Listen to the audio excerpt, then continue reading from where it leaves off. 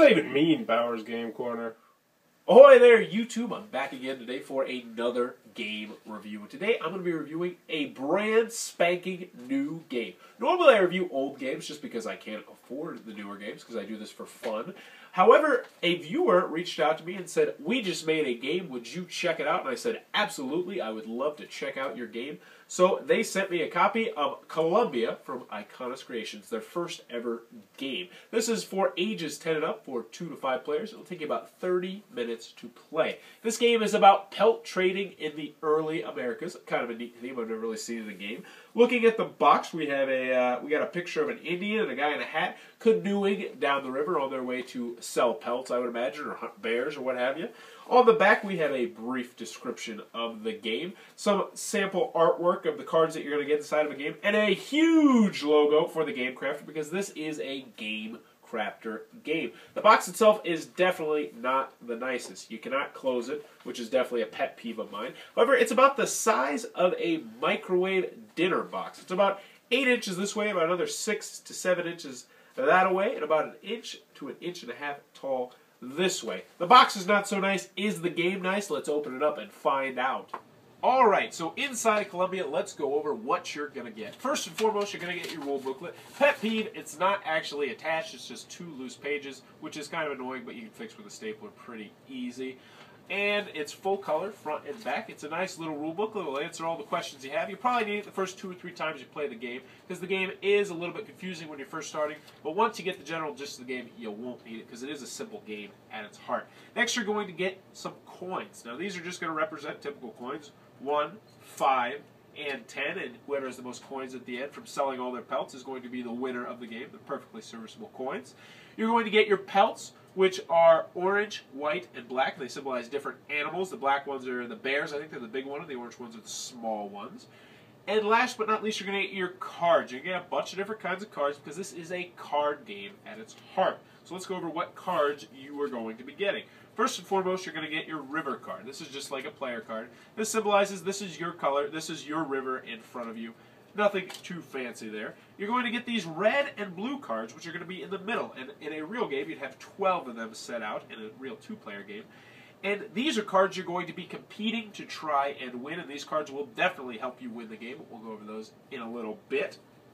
And last, you're going to get the cards that will be in your hand. And there are 4 different kinds of cards that will be in your hand and in your river. So let's go over those cards. First and foremost, you have a trap right here. In order to sell pelts, because this is a pelt trading game, you have to have pelts, which means you need to trap animals in your trap. So you just, if you say, "I'm going to trap this round," you'd say, "Alright, I'm going to put a white cube here and an orange cube here," and now you have pelts in your trap. Now what can you do with those pelts, you may ask? You have a couple options. First and foremost, you can swap it. So say, "I want to turn this orange cube into a white cube." If you have this card with you, you can say, "Alright, I'm going to take this orange cube and 1 coin and turn it into a white cube." So that is a swapping card. That's an option you have.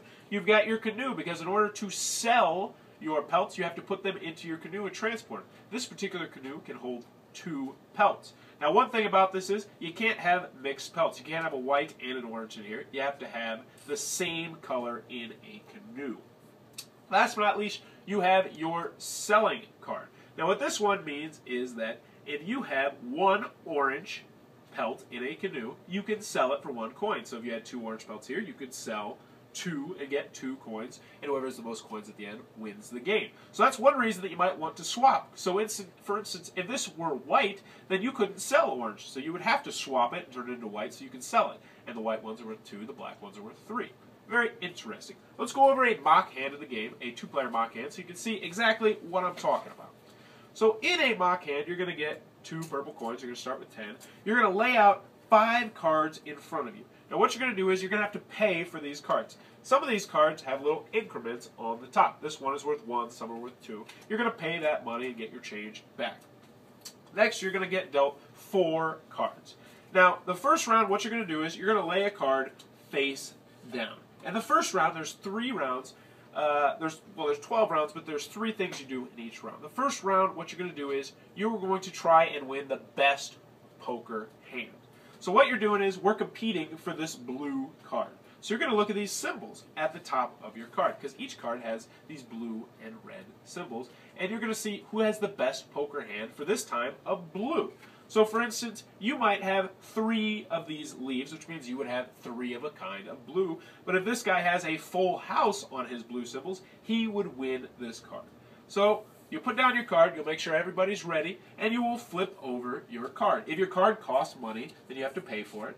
But let's see what we got here. This guy over here has 3 of a kind on blue. It doesn't matter what's on red right now. It matters what's on blue, so he's got 3 of a kind. Looking over here, this guy has, what does he have? He has like 2 pair. So 3 of a kind beats 2 pair. So what happens is this guy wins this card in the middle. This card is very important because now he's going to be able to use this canoe for the rest of the game. It goes above his cards. He also gets 4 coins towards the end when he's trying to win the game. So you can add that. Those cards are extremely important. Now we move on to the next phase of this turn, which is where you do your actions. There are 4 kinds of actions you can do. You can swap, you can sell, you can trap, or you can transport. We went over all those cards. But here's the catch. In order to sell, you have to have a sell card in front of you. Right now, I don't have a sell card, so I couldn't sell. So I would most likely want to trap. So I would trap, and say for my 2 turns, I would trap, and then I would transport. So I would trap right there, and then transport. You get to do 2 things and only 2 things during your turn. Now, if you have numerous different traps, then you can get all your traps going. So if you had 3 traps going, that only counts as 1 action, which is nice. But the first thing you're going to do pretty much every turn is trap for the most part, because you have to have the pelts in order to swap them, in order to sell them. It's very important. So everybody's going to do their turn, and then once everybody says, and that's one thing, everything is going on at the same time. All the players are doing their thing at the same time, and when you first started, you might want to announce, I'm trapping and I'm swapping, or I'm trapping and I'm transporting, what have you. But once that round is done, you move on to the 3rd round. In the third round, your river is going to wash away one of these cards, which means this card and this card are now gone. You're going to move these down, and you are going to draw another card. If you have a cube on this card right here that just got washed away from the river, tough cookies. It's gone. So you have to plan based on knowing that this card is going to be gone next round. It's a very interesting mechanic. So everybody gets 1 more card. And then what you're going to do again, that round is over. You are now competing for this red card. So for the red one, you're going to look at the red symbols on top, and you're going to lay down one of your cards face down, flip it over. And, well, not that card. You're going to flip it over, and you're going to see who has the best 5-card hand based on the reds. And that person will win this trap. And you're going to keep doing that, going back and forth until you run out of these cards in the middle. And whoever has the most coins at the end wins the game. All right, Columbia from Iconis Creations. What are my final thoughts? Let's go over the pros and the cons. On the con side, as I mentioned, the box and the instruction booklet are not very good at all. However, I'm going to cut them some slack because this is a Game Crafter game. If you know what Game Crafter is, it's a company that will make your game for you. They'll do all the hard legwork that you might not know how to do. So you come up with the idea, you come up with the money, and they will come up with the pieces, they'll ship it, they'll advertise it, they'll make it, they'll do all the hard work. And since this is Fuang and Eric Libouliad, I hope I'm getting that right. First game, we'll definitely cut up some slack on that. However, if there's another version, which I hope there is, I hope it's a nicer box. Other than that, though, I really don't have too many problems with this game. The box and the instruction book, that's it. This is a great game. Let's go over what I like about this game. The pieces are all very serviceable. I like the artwork. I really dug the artwork, the old school artwork. I really enjoyed the amount of strategy in this game because you start off and you're like, all right, I need to win the poker hand.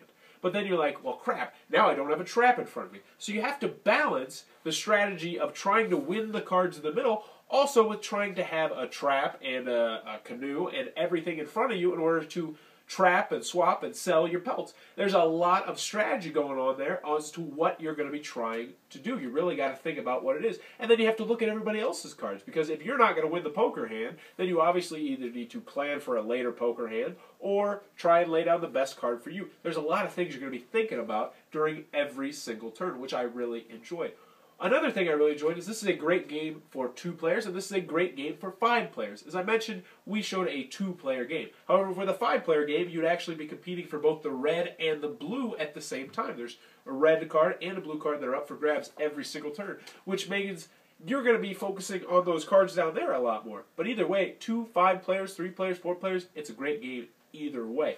The last thing I really enjoyed about the game, and my fiance loved, is this is a competitive game, but this is not a game where you're going to be hurting each other. Hello, maybe if there's an expansion, that'd be cool. But right now, you're competing, but you're not hurting, and she loves that. No feelings are going to get hurt. You're just doing your thing while they're doing their thing, and whoever has the most coins at the end wins. And I really do enjoy games like that, especially when you're playing with somebody who can get their feelings hurt easily if you keep picking on them. And in a 2-player game, you got nobody else to pick on but them.